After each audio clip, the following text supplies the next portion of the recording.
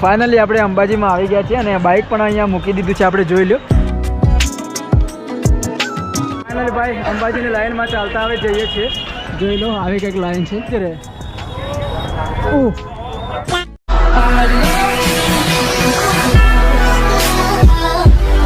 Hi friend, this is your Krishna. કેમ છો? Welcome to my YouTube channel PRK ભાઈ. તો અત્યારે વાત કરીએ તો આપણે અંબાજી નીકળી ગયા છે અને આ બાઇક જોઈ લો આપણી સાથે.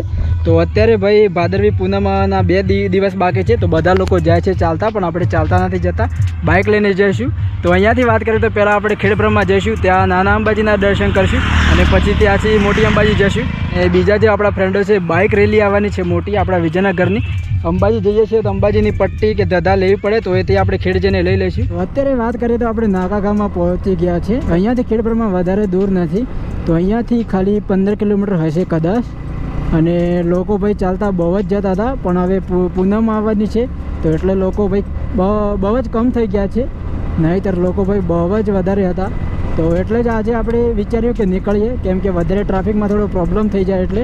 અને અંબાજી અંબાજી તો ભાઈ બાઇકો તો મંદિરથી 5 કિલોમીટર દૂર મૂકવી પડે છે, તો ત્યાંથી પછી ચાલતું જ જવું પડે છે. તો ફાઇનલી ભાઈ આપણે ખેડબ્રહ્મા બજારમાં પહોંચી ગયા છે.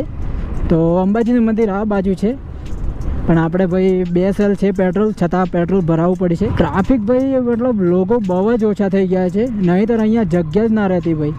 જુઓ ભાઈ હાલ થોડું ખાલી થયું છે.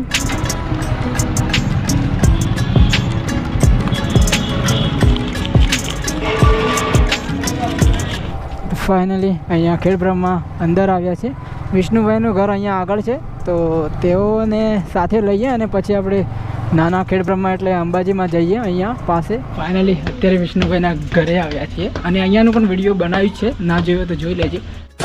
તો હજી સુધી ભાઈ ખેડબ્રહ્મા છીએ વિષ્ણુભાઈના ઘરે અને ટાઈમ જોઈ લો ભાઈ 7 વાગવા આવ્યા છે. અને અહીંયા ભાઈ મેગી બનાવી, તો મેં મેગી બનાવી થોડી, મેગીના પોકેટ લાવ્યા હતા તો તે ખાઈ લીધા છે. અને અહીંયાથી હવે પેલી બાજુ છે અંબાજીનું મંદિર, ચલો જઈએ.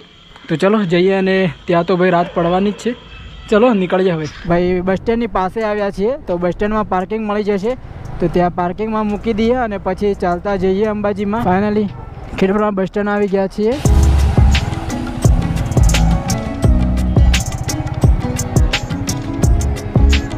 અંબાજીની મંદિરની બહાર આવ્યા છે, બાઇક પાર્કિંગમાં મૂકી દીધું છે અને બહારની ટ્રાફિક જોઈ શકો છો ભાઈ.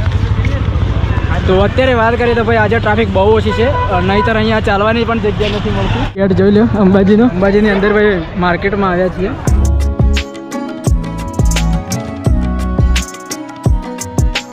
તો અત્યારે મંદિરની બહારની સાઈડ આવી ગયા છે, તો ચલો અત્યારે અંદર જઈએ અને આરતીનો ટાઈમ છે તો જલ્દીથી જઈએ અંદર. તો અત્યારે મંદિરની અંદર આવી ગયા છે અને અંદર માતાજીની આરતી ચાલી રહી છે. તો અહીંયા તમે જોઈ શકો છો મંદિરનો પાછળનો ભાગ આવો છે અને અત્યારે ભક્તોની ભીડ પણ બહુ જ ઓછી છે. તો અહીંયા અંદર ફોટોગ્રાફી વિડીયોગ્રાફર કરવાની સખ્ત મનાય છે, બધા કરતા હતા એટલે આપણે પણ થોડું ઘણું કરી લીધું. તો દર્શન આપણા બહુ સારી રીતે થઈ ગયા છે. તો અહીંયા બહારથી માની ચુંદડી કે પટ્ટી લઈ લઈએ, કેમ કે મોટી અંબાજી જવું છે તો લેવી તો પડશે જ ભાઈ.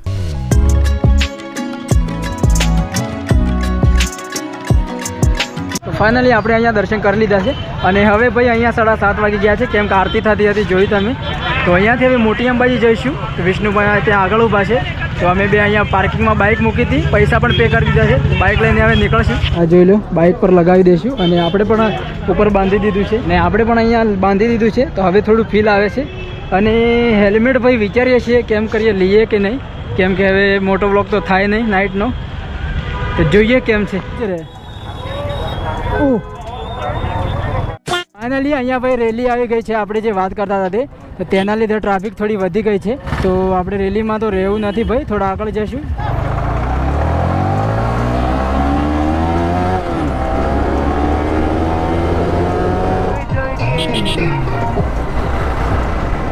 पहुंचे है, बाइक यहाँ पर खड़ी कर दी है और ये रहे भाई कैमरा है, कैमरा वीडियोस बने भाई.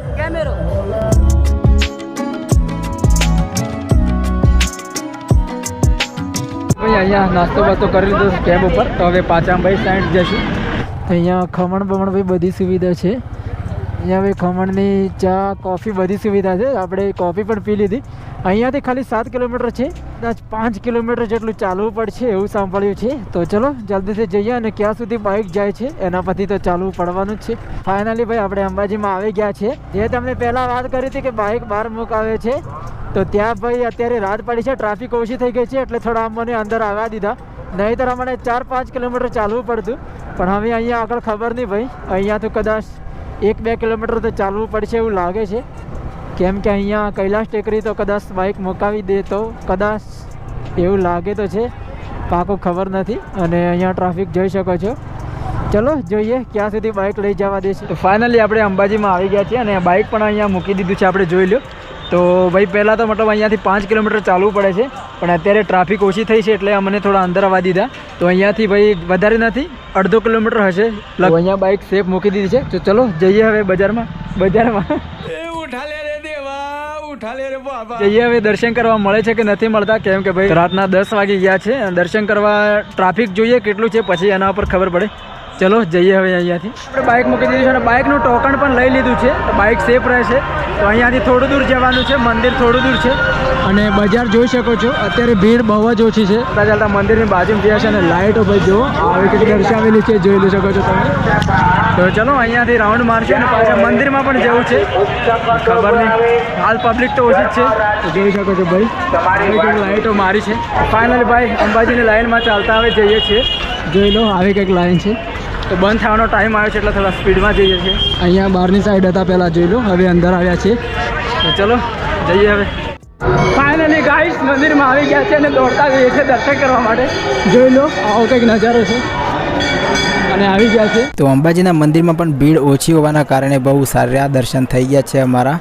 તો જોઈ લો આટલું કંઈક અત્યારે ટ્રાફિક છે અને મંદિર બંધ થવાનો ટાઈમ આવ્યો છે એટલે ભીડ થોડી ઓછી છે. તો દર્શન તો બહુ સારી રીતે થઈ ગયા છે. હવે ફાઇનલી ભાઈ દર્શન બહુ સારી રીતે થઈ ગયા છે. હવે બહાર જઈશું. તો જોઈ શકો છો તમે ભાઈ આગળનો કંઈક નજારો. બહુ સારી રીતે દર્શન થઈ ગયા, કેમ કે ભાઈ 12 વાગી ગયા છે. હવે મંદિર પણ બંધ થઈ ગયું છે. તો હવે કોઈને એન્ટ્રી મળે નહીં. અમે થોડી વાર હતી અંદર આવી ગયા હતા. વચ્ચેનો ભાગ છે મંદિરનો. ચલો અહીંયાથી પાછા જઈશું હવે, કેમ કે ટાઈમ તો પૂરો થઈ ગયો. હવે કોઈ ભક્તો અંદર આવે નહીં. અને આ વિડીયોમાં બસ એટલું જ.